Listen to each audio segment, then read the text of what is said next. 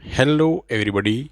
हम लोग पढ़ रहे हैं क्लास 12th या 9th से लगा करके 12th के अंदर आने वाले कंडीशनल सेंटेंसेस के बारे में। तो हमारे सामने कंडीशनल सेंटेंस 4 प्रकार के होते हैं। तो हमारा पहला जो कंडीशनल सेंटेंस है उसका नाम है ज़ीरो कंडीशनल, अर्थात ऐसा कंडीशनल जिसमें आपके सामने कोई ऐसी कंडीशन जब होती है जिसमें आपके सामने फैक्ट के बारे में बताया जाता है। तो इसका जो स्ट्रक्चर है वो इस प्रकार से होता है कि इफ़ के साथ में अगर सिंपल प्रेजेंट दे रखा होता है और जो कॉमा है उसके बाद सेपरेट जो होने वाला वाक्य जो है उसके अंदर भी हम सिंपल प्रेजेंट टेंस का ही प्रयोग करते हैं। और ऐसे जो हमारे सामने प्रेजेंट टेंस और इफ़ के साथ जुड़े हुए वाक्य होते हैं, इनके जो कंडीशन होती है वह हमेशा facts which are generally true, अर्थात ऐसे तथ्य जो हमेशा सत्य होते हैं, या फिर साइंटिफिक फैक्ट्स अर्थात वैज्ञानिक रूप से तथ्य जो कि हमेशा सत्य होते हैं, उन्हीं को इनके बारे में बताया जाता है। हमारा जो एग्जाम्पल है हम देखते हैं, if you heat water at 100 degree, अर्थात अगर तुम पानी को 100 डिग्री पर गर्म करोगे, इट बॉइल्स, तो यह उबलने लगेगा। यह एक वैज्ञानिक तथ्य है कि 100 डिग्री पर पानी को गर्म करने पर वह उबलने लगता है। तो यह इफ़ के साथ वर्ब की फर्स्ट फॉर्म अर्थात प्रेजेंट टेंस है, तो कॉमा के बाद इसमें भी प्रेजेंट सिंपल टेंस का प्रयोग ही होगा। दूसरा जो एग्जांपल है, इफ़ यू फ्रीज वाटर, अगर तुम पानी को फ्रीज करते हो अर्थात उसको जमाते हो, इट टर्न्स इनटू आइस, तो यह बदल जाता है किसमें, आइस में, पानी में। पानी जो होता है वह बर्फ में बदल जाता है। तो यहाँ पर इफ़ के साथ में प्रेजेंट टेंस, तो कॉमा के बाद जो टेंस है वह भी प्रेजेंट सिंपल टेंस ही होगा। तो इस प्रकार हमारा कंडीशनल सेंटेंस जो कि ज़ीरो कंडीशनल है इस प्रकार से पढ़ा जाता है। शर्त वाले वाक्य, अर्थात जिनमें शर्त लगी होती है कि अगर आप ऐसा करेंगे तो ऐसा होता है। तो इस संबंध में एक उदाहरण यहाँ पर दिया गया है, if you go to Agra you will see the Taj Mahal, अगर तुम आगरा गए तो तुम ताजमहल देखोगे, यह कंडीशन है।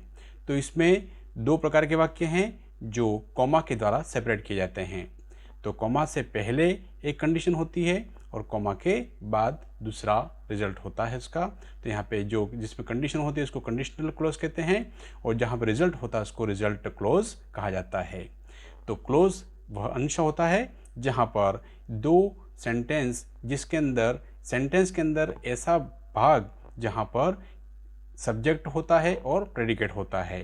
तो यहाँ पर जैसे सब्जेक्ट है यू और प्रेडिकेट उसके पीछे का हिस्सा, यहाँ पर यू और प्रेडिकेट पीछे का हिस्सा। तो यहाँ पर क्लोज जो है दोनों हैं, लेकिन यह कंडीशनल क्लोज है और यह रिजल्ट क्लोज है। तो चलिए हमारे कंडीशनल क्लोज को शुरू करते हैं, कंडीशनल सेंटेंस को। यह 3 प्रकार के होते हैं, प्रोबेबल कंडीशनल, इम्प्रोबेबल या इमेजिनरी कंडीशनल कहते हैं इसको, और तीसरा होता है इम्पॉसिबल या अनफुलफिल्ड कंडीशनल्स। तो हमारा पहला जो कंडीशनल सेंटेंस है जिसका पहला भाग है प्रोबेबल कंडीशनल्स, अर्थात संभावने वाले वाक्य। तो यहाँ ऐसे वाक्य होते हैं जहाँ पर शर्त पूरी हो भी सकती है और नहीं भी हो सकती है। तो इसका जो स्ट्रक्चर है वो इस प्रकार रहेगा। स्ट्रक्चर में क्या है, पहला इफ़ से वाक्य शुरू होगा और सेंटेंस में वर्ब की फर्स्ट फॉर्म का प्रयोग होगा। कॉमा से सेपरेट होने के बाद जो दूसरा सेंटेंस होगा उसके अंदर हम विल या शैल का प्रयोग करेंगे और वर्ब की फर्स्ट फॉर्म का प्रयोग करेंगे। तो देख लेते हैं हमारे उदाहरण में। पहला सेंटेंस है, इफ़ यू वर्क हार्ड, अर्थात अगर तुम मेहनत करोगे, यू विल सक्सेस, तो तुम सफल होगे।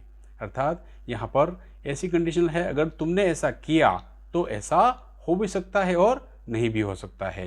तो यहाँ पर इफ़ के साथ हमने वर्ब की फर्स्ट फॉर्म वर्क लिखी है और यहाँ पर विल के साथ में वर्ब की फर्स्ट फॉर्म, अर्थात यहाँ पर दोनों ही कंडीशन सेंटेंस के अंदर वर्ब की फर्स्ट फॉर्म का प्रयोग किया जाता है।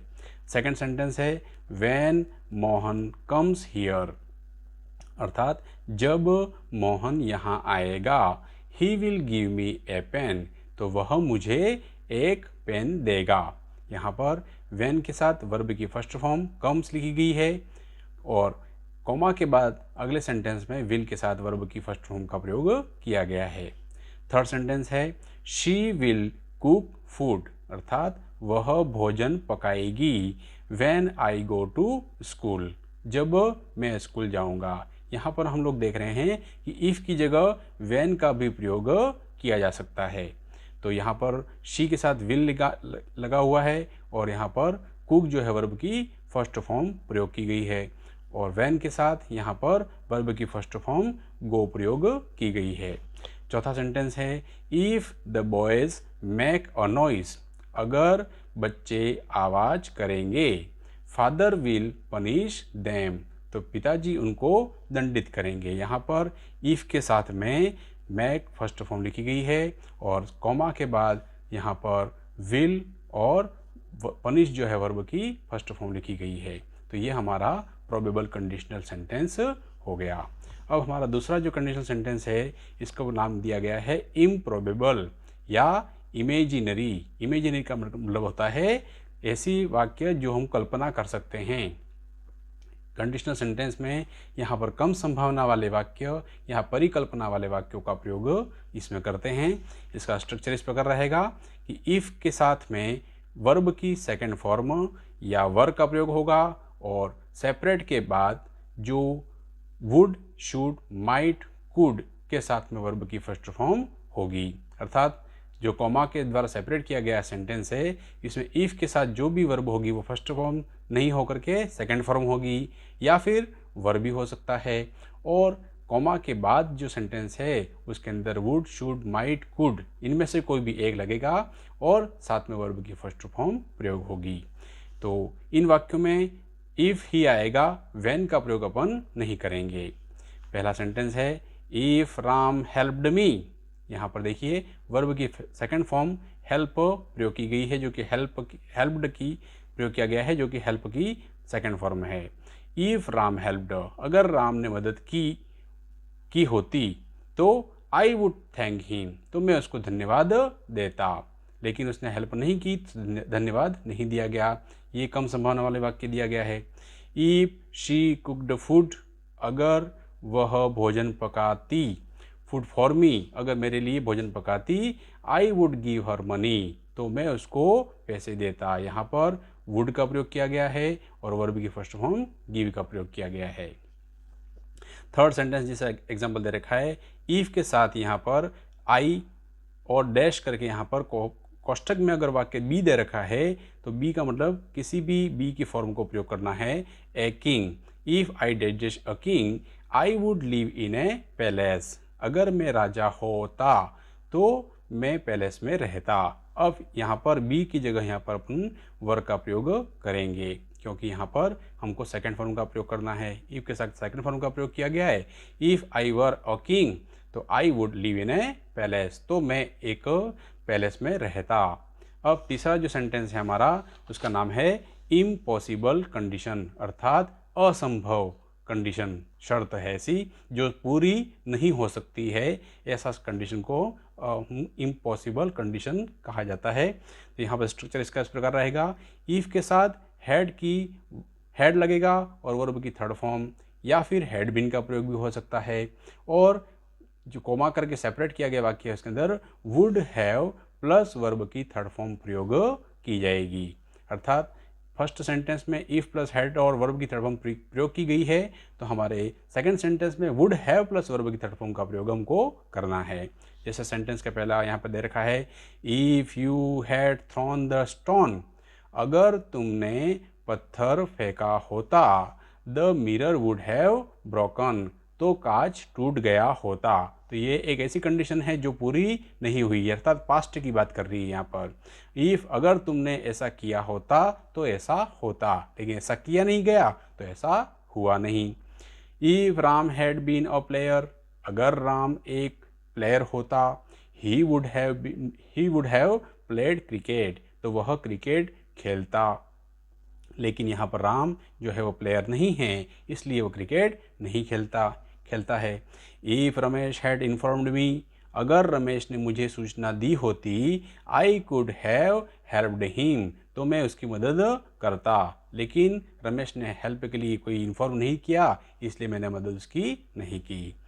इफ़ यहाँ पर चौथा कंडीशन सेंटेंस है, if Vimla had taken this medicine, अगर विमला ने मेडिसिन ली होती, she could not have died, तो वह नहीं मरी होती, लेकिन उसने जो मेडिसिन नहीं ली इसलिए उसकी मृत्यु हो गई। Had he gone to Agra, यहाँ पर अपन हैड का प्रयोग भी कर सकते हैं इफ़ की जगह पर। Had he gone to Agra, अगर तुम आगरा गए होते या वह गया होता, he would have seen the Taj Mahal, तो वह ताजमहल को देख पाता, लेकिन यहाँ वह गया नहीं तो ताजमहल नहीं देख पाया। तो इस प्रकार यहाँ पर हमारा जो कंडीशन सेंटेंस है वह 3 भागों में हम लोग देखते हैं। तो इस प्रकार से हमारे जो कंडीशनल सेंटेंस हैं इनको शॉर्ट में इस पिक्चर के माध्यम से आप समझ सकते हैं कि ज़ीरो कंडीशन जब होती है तब आपके स्ट्रक्चर ये होता है कि इफ़ के साथ में प्रेजेंट सिंपल टेंस हो तो कॉमा के बाद सेपरेट हुए सेंटेंस में प्रेजेंट सिंपल टेंस का प्रयोग होता है, और इसमें अधिकतर हम लोग जो फैक्ट्स होते हैं इनके बारे में ही बात की जाती है। जैसे ये बताया है, if you heat water at 100 degree it boils. Second जो हमारा कंडीशनल सेंटेंस है जिसको फर्स्ट कंडीशनल भी कहते हैं, यह इफ़ के साथ में प्रेजेंट सिंपल टेंस का अगर प्रयोग हुआ है तो कॉमा के बाद आप सिंपल फ्यूचर टेंस का प्रयोग करेंगे, और इस टेंस का नाम हमारा है प्रोबेबल कंडीशन। तो प्रोबेबल कंडीशन जो होती है उसके अंदर हम लोग शर्त पूरी हो भी सकती है और नहीं भी हो सकती है, के अंदर इफ़ के साथ प्रेजेंट सिंपल टेंस और कॉमा के बाद में प्रेजेंट फ्यूचर टेंस जो है सिंपल फ्यूचर टेंस का प्रयोग करेंगे। इफ़ इट इज़ सनी, अगर यह सूरज निकलता है, we will go to the park, तो हम लोग पार्क जाएंगे। अर्थात सिंपल फ्यूचर टेंस के साथ में जैसे विल और शेल का प्रयोग होता है वह इसके अंदर प्रयोग होता है। जो सेकेंड कंडीशनल सेंटेंस है उसके अंदर हम लोग इफ़ प्लस पास्ट सिंपल और कॉमा के बाद में प्रेजेंट कंडीशनल का प्रयोग करते हैं, जो कि हमारी इम्प्रोबेबल या इमेजिनरी कंडीशनल सेंटेंस हैं, जहाँ पे कम संभावना वाले वाक्यों को पढ़ा जाता है। जैसे वाक्य है, if I von a million dollars, अगर मैं $1 मिलियन को जीतता हूँ, I would buy a new car, तो मैं एक नई कार खरीदूंगा, लेकिन इसकी संभावना कम है, ये इमेजिनरी है, एक कल्पना है, इसलिए इसको इमेजिनरी कंडीशन या इम्प्रोबेबल कंडीशन कहा जाता है।